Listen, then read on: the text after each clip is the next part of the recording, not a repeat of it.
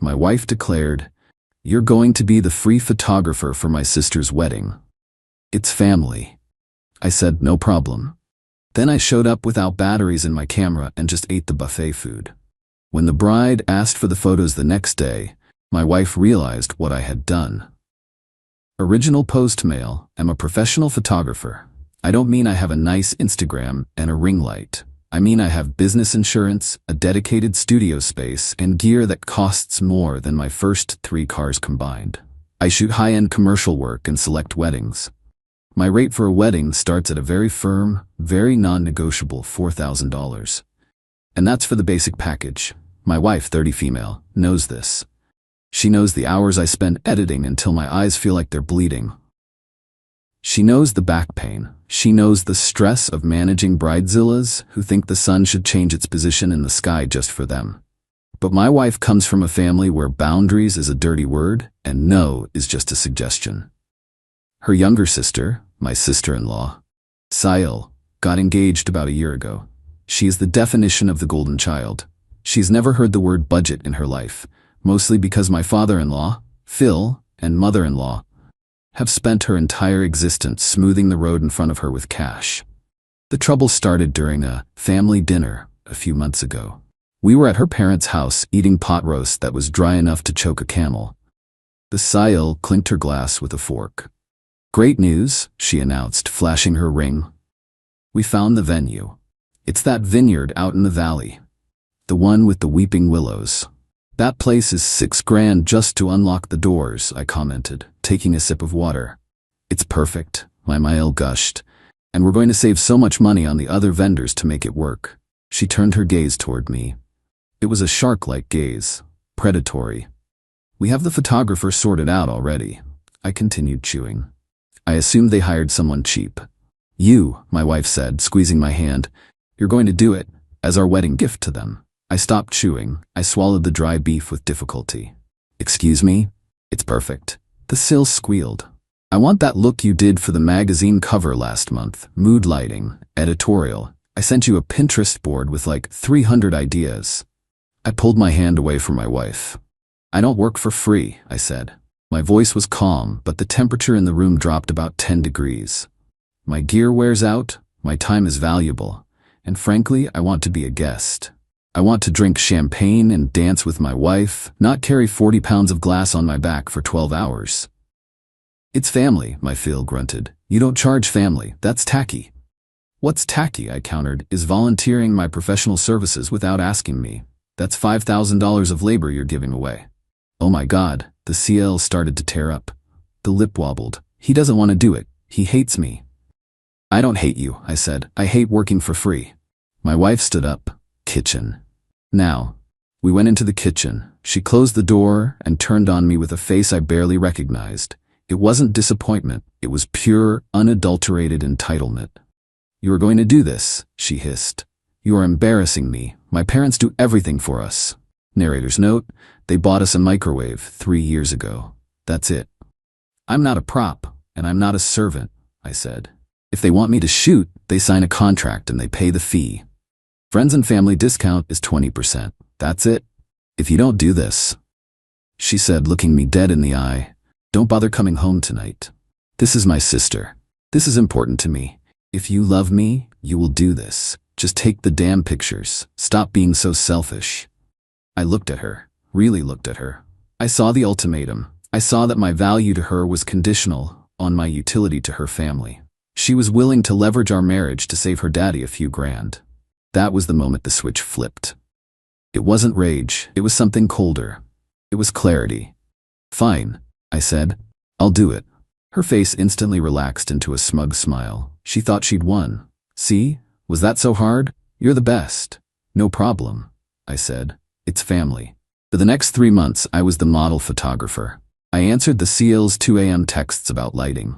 I nodded along when the NIL told me which specific wrinkles she wanted edited out of her neck in post-production. I let them treat me like hired help. The morning of the wedding arrived. I put on my suit. I grabbed my dual-camera harness. I packed my 2 main bodies, top-of-the-line, full-frame mirrorless beasts. I grabbed my holy trinity of lenses. I looked the part. I left my memory cards in a neat stack on my desk. I left every single battery in the charger on the nightstand. I arrived at the venue. The SIL was already screaming at a bridesmaid because the sash on her dress was the wrong shade of blush. "You're here." She snapped at me. "Okay, get to work. I want candid shots of us getting ready. Make me look skinny." "You got it," I said. I raised the camera. I looked through the viewfinder. I framed the shot perfectly, and I didn't press a thing. Even if I had, the shutter wouldn't have fired. It was a dead brick of magnesium alloy in my hands. For the next 10 hours, I put on the performance of a lifetime. I crouched in the bushes. I climbed on chairs to get the angle. I directed people. Chin down, turn to the left, beautiful. I held the camera up, adjusted the focus ring manually so it looked like I was working, and nodded approvingly at the back of the camera as if checking the LCD screen. During the ceremony, I was front and center. I walked backward down the aisle. I got right in the officiant's face. I captured the kiss, the tears, the exit. During the reception, they sat me at the vendor table, not with the family, with the DJ and the caterers. My wife was at the head table, laughing, not even looking at me. "Rough gig?" the DJ asked me, shoveling pasta into his mouth. "You have no idea," I said. I ate the buffet food, I drank the wine, I put the camera down on the table and just watched. I watched them celebrate. I watched my Phil brag to his friends about how he got the best photographer in the state to do it for free because he knows who butters his bread. I almost choked on my roll. At the end of the night, the SAL came up to me, sweaty and drunk. "I can't wait to see them. You have to send me a sneak peek tomorrow morning, for Instagram." "I'll see what I can do," I said. "No, seriously, tomorrow morning, or I'll kill you." She laughed, but she wasn't joking. I drove home with my wife. She was beaming. "You were great today," she said. "My parents are so proud. Thank you for stepping up." "I did exactly what you asked," I said. I slept like a baby that night. The little green lights on my battery charger acted like a nightlight, guiding me into a peaceful slumber. Update 1. The morning after was quiet. Too quiet. I woke up around 8 a.m. My wife was still asleep, hungover from the cheap champagne. I went into the kitchen, made a pot of coffee, and sat down at the island. I could see my office from where I sat. The memory cards were still stacked on the desk, right where I left them. At 9:30 a.m., my phone buzzed. "Hey, just woke up married lol. Where are the pics? I need to post." I took a sip of coffee. "Ryan, hello? Mom is asking too." My wife shuffled into the kitchen a few minutes later, holding her head. "Ugh, my sister is blowing up my phone. She wants the previews. Can you just send her 5 or 10 good ones so she shuts up?" "I can't do that," I said calmly. "Why? Is the internet down?" She poured herself a cup, not looking at me. "No, the internet is fine." "Then just transfer them to your phone and text them. It takes 2 seconds. "I can't transfer what doesn't exist." She paused. The cup stopped halfway to her mouth. She turned slowly to look at me. "What did you say?" "I said I can't transfer files that don't exist." "I don't get it. You were taking pictures all day. I saw you." "You saw me holding a camera," I corrected. "You saw me standing in the right places, but you didn't see me taking pictures." I stood up and walked over to my office. She followed, confused. I pointed to the charger on the nightstand. 4 batteries, fully charged. Then I pointed to the stack of SD cards. "I didn't bring batteries," I said. "And I didn't bring memory cards." She stared at the charger. Her brain was trying to reject the information. It was like watching a computer crash in real time. "So, you used spares? You bought new ones?" "No, the cameras were dead. Bricks.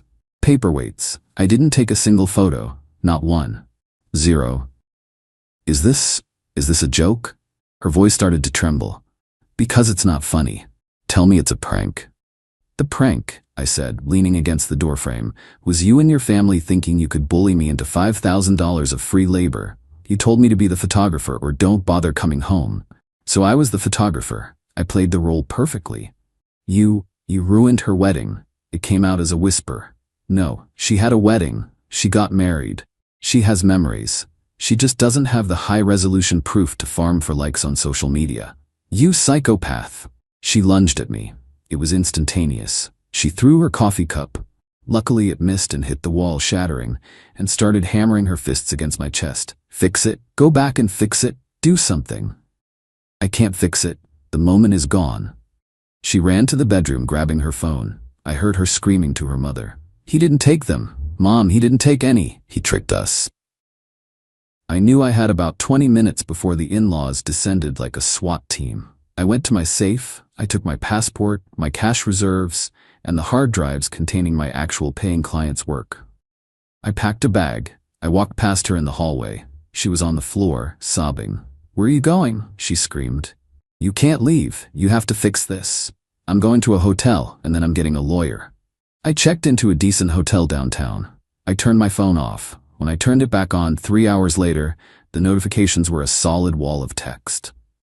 "You are evil. You are a sick man. I am going to sue you for everything you have. This is fraud. I hope you die. You ruined my life. Wife, I am emptying the joint account. You deserve nothing." I saw that last text and immediately logged into my banking app. She had already initiated a transfer for the full balance, about $18,000. I called the bank's fraud line immediately.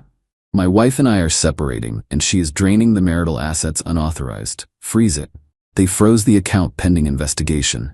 Then I called my lawyer. Let's call him Dan. Dan is expensive, but he's mean. I like Dan. "So," Dan said after I explained the situation. He was trying not to laugh. "Let me verify. Did you sign a contract?" "No." "Did you accept any payment, even $1, a gas card?" "I ate some dry chicken and drank 2 glasses of house wine. That's it." "And you never verbally agreed to a specific deliverable? You just said you'd do it?" I said, "No problem." Dan chuckled. "Okay. Well, they can't sue you for breach of contract because there was no consideration. No payment means no contract in this context. They can't sue you for fraud because you didn't take money. They can try to sue for emotional distress, but good luck with that. However, your marriage is definitely over." "I figured that part out, Dan."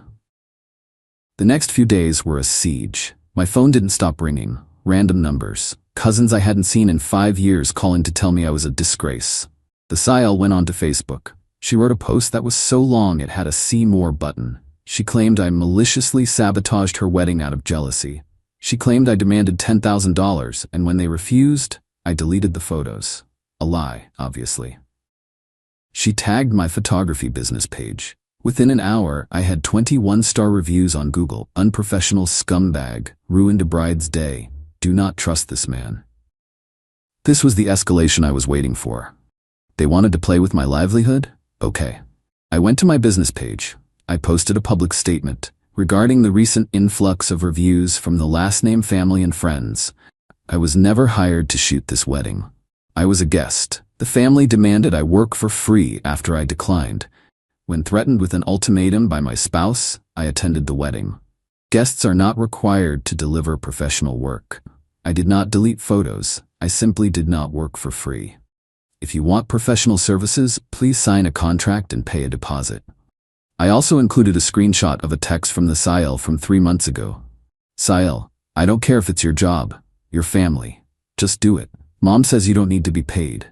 The internet loves a villain, but it loves a receipt more. The local community saw the screenshot. The Bridezilla's groups got a hold of it. The reviews started getting reported and removed as spam. My wife, well, my ex, is currently staying at her parents' house. She sent me an email yesterday, since I blocked her number. Subject: truce. If you edit the photos, I know you have them. Stop lying. We can drop the divorce. My parents are willing to forgive you if you just deliver the album. I didn't reply. There are no photos. There is no album. There is only the sweet, silent justice of a blank memory card. Update 2. It's been 3 weeks since the wedding of the century. I'm currently living in an Airbnb that smells like lavender and other people's choices, but it's peaceful. The fallout has escalated from family drama to legal warfare. My father-in-law, a man who thinks money can buy gravity, hired a lawyer, a real ambulance chaser type. I received a demand letter via courier at my studio. They are demanding $25,000. The breakdown of damages is hilarious. $5,000 for the value of the photography package I didn't deliver. $10,000 for the cost of restaging the wedding, hair, makeup, venue rental, etc. $10,000 for intentional infliction of emotional distress. I handed the letter to Dan. Dan used a red pen to circle the word consideration and drew a question mark next to it. "They are bluffing," Dan said. They know they have no case. They're trying to scare you into settling. But here's the fun part. Since they filed this claim, we can now request discovery. Discovery? I asked. If they want to claim financial damages, we get to look at their financials to see if they could have afforded a photographer in the first place, establishing that they preyed on you specifically. We sent a response. We reject all claims. We are prepared to go to court. Please forward all financial records regarding the wedding budget. They went quiet on the lawsuit real fast. Apparently, the Aphael's finances aren't as pristine as he pretends. But the Aphael wasn't done. She realized the online smear campaign backfired, so she went for the jugular. She called the police. I was at my studio editing a commercial shoot for a shoe brand when 2 officers walked in. "Sir, we have a report of theft," the older officer said. He looked bored. "Theft of what?" "A wedding album and camera equipment belonging to Mrs. last name. My ex-wife told the police that she bought my camera gear during the marriage and that I had stolen it when I left the house." I calmly walked to my filing cabinet. I pulled out the receipts for my 2 main camera bodies and my 3 best lenses, all dated 4 years ago, before we were married. "I bought these before the wedding," I said. "They are premarital assets, and there is no wedding album because I didn't take any photos." The cop looked at the receipts. He looked at me. "So, it's a civil dispute?" "It's a divorce," I said. "Right? Have a nice day."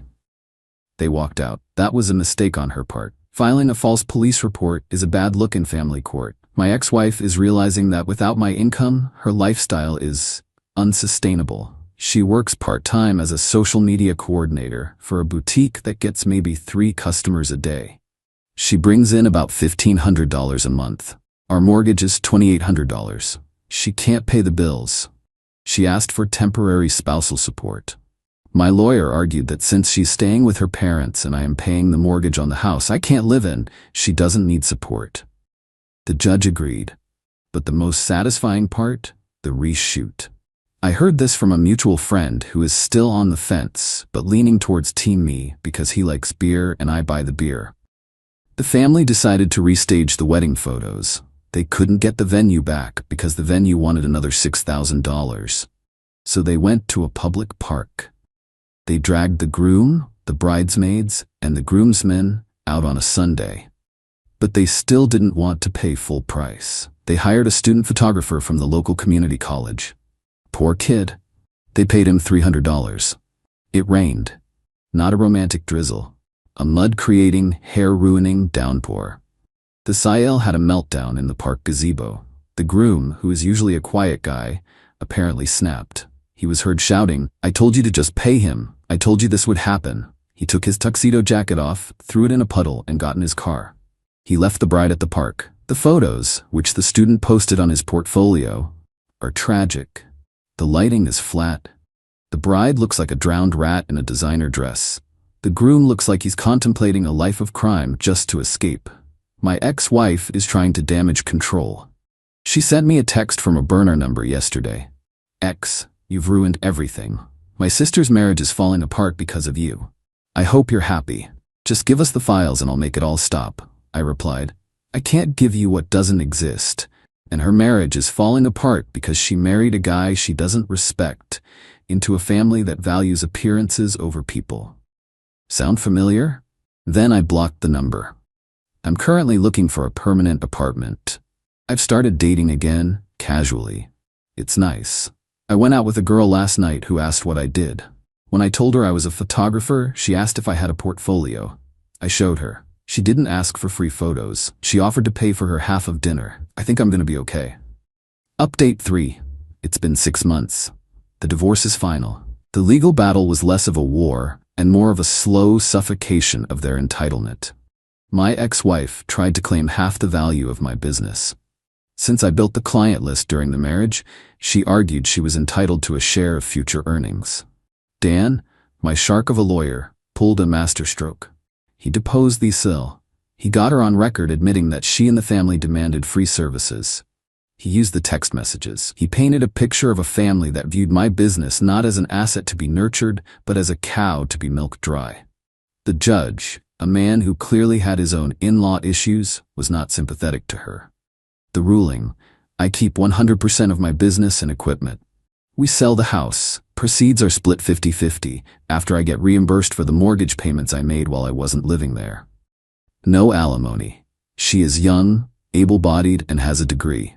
She can work. The house sold last week. The market is hot, so we made a decent profit.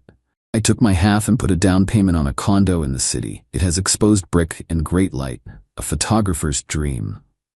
The aftermath for them. My ex-wife had to move out of the marital home, obviously. She couldn't afford an apartment in the trendy district she loves. She's living in a basement suite in a suburb 40 minutes away. She had to sell her luxury SUV, which was in my name, lease transfer denied, and is driving a 10-year-old Honda. I heard she's telling people I financially abused her. Nobody believes her. The receipts are too public. The sale? Oh, this is the cherry on top. The groom, let's call him Dave, filed for annulment. Not divorce, annulment. He cited fraud regarding her finances. Apparently she had $40 in credit card debt she hid from him, and irreconcilable differences. He moved out 3 months after the wedding. The seal is back with mommy and daddy. She tried to pivot to being a wedding influencer on TikTok, posting videos about her wedding disaster. It backfired. People in the comments ripped her apart. So you tried to exploit family labor and found out? The photographer is a hero. Imagine losing your husband because you wanted free pics. She deleted her account. My former Mael and Fel are miserable. They lost face in their community. The free photographer story got around the country club. They are now the people who are too cheap to pay vendors. They weren't invited to the summer gala this year. As for me, my business is booming. Ironically, the assertive photographer who takes no BS brand is very appealing to a certain type of high-end client. I raised my rates to $6,000. I'm sitting in my new living room. I have a glass of good bourbon. My camera is on the table, batteries fully charged, memory cards formatted and ready. I learned a valuable lesson. Family is not a magic word that grants access to my labor. No is a complete sentence. And sometimes the most powerful photo you can take is the one you don't take at all. I'm free. And the view from here is perfect.